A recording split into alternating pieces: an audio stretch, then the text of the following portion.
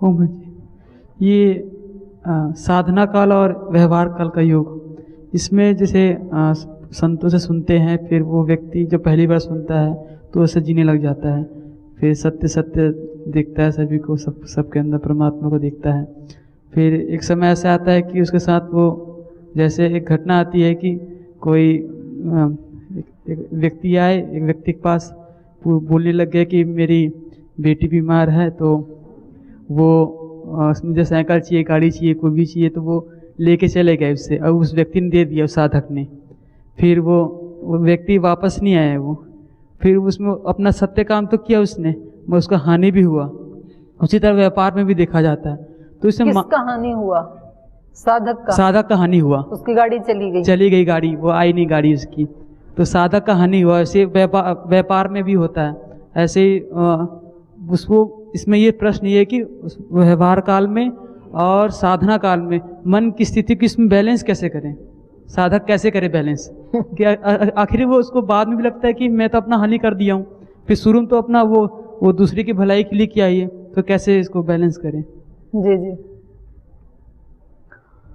तो इनका कहना ये है कि मतलब ऐसा होना चाहिए, साधना काल का सत्य अलग है, व्यवहार काल का सत्य अलग है।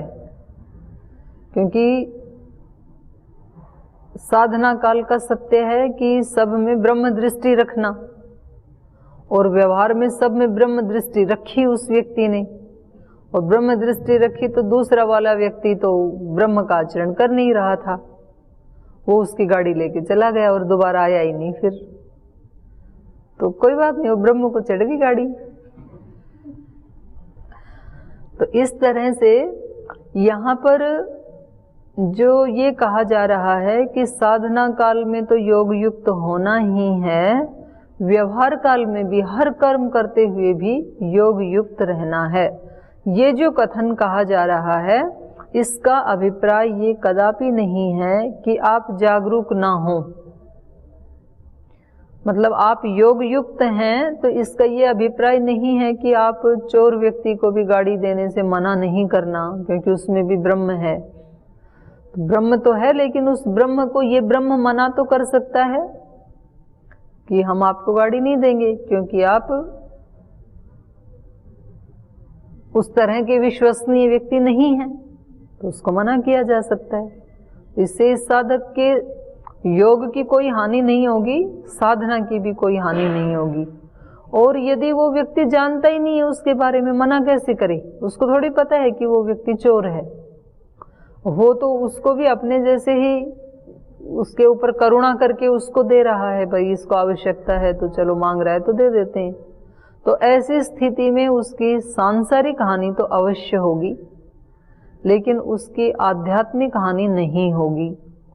तो ये जो साधक है ये प्रायोरिटी देता है आध्यात्मिक लाभ को, सांसारिक लाभ को नहीं देगा। ठीक है, थोड़ी हानि होगी, होती है, साधकों की सांसारिक हानि थोड़ी क्या खूब होती है।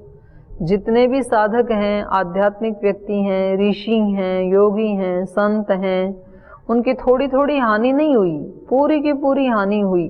कभी तो सारा संसार ही छिन गया उनका, लेकिन वो प्राथमिकता देते, वो कहते हैं संसार तो नष्ट होना ही है, हम इसको कितना भी पकड़ के रखेंगे तो भी एक दिन तो नष्ट होना ही है। तो दोनों में से यदि एक को बचाना है, आध्यात्मिकता को बचाना है कि संसार के लाभ को बचाना है, तो उनकी दृष्टि होती है आध्यात्मिकता को वो प्राथमिकता देते हैं कि सांसारिक हानि होकर के भी यदि धर्म बच रहा है, यदि सत्य बच रहा है, तो फिर हम उसी का चयन करेंगे। तो ऐसी ऐसी तो बहुत सिचुएशन आई ना महापुरुषों के जीवन में।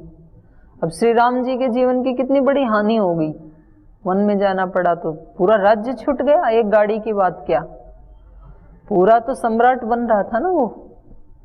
तो सत्य का यदि पालन करना है तो अब उनको निर्णय करना था कि मेरे को राज्य चाहिए या सत्य का पालन करना है, पिता की आज्ञा का पालन करना है, उसको चुना उन्होंने।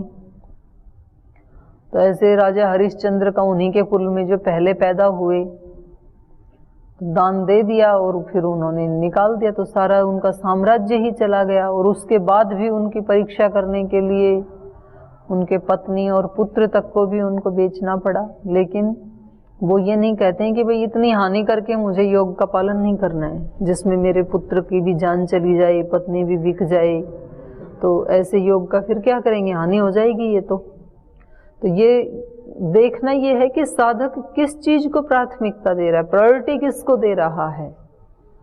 आप लोगों की भी तो हानि तो हुई है ना संसार की।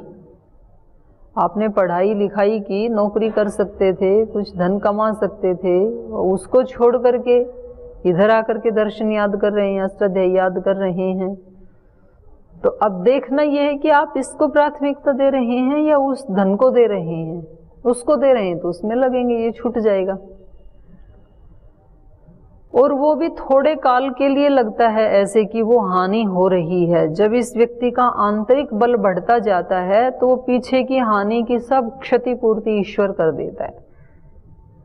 अगर इसके मन में ये बात है कि मेरी कोई हानि नहीं हो रही है, जो छूटना था वो ही छूटा है, और जो मेरा है वो कभी भी मुझसे छीना नहीं जा सकता है, वो मेरा होगा ही नहीं, जो मेरा है वो मुझे ही मिलेगा, वो उसके पास चला गया तो वो उसी का ही होगा।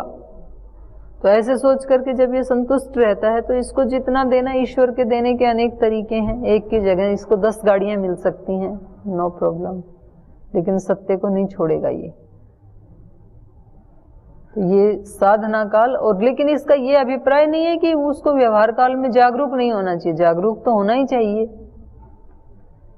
ऐसे मतलब योगी का मतलब ये नहीं है कि बुद्धूपना, अत्यंत विवेकी होता है योगी तो विवेक तो करेगा संसार के व्यवहार में वो।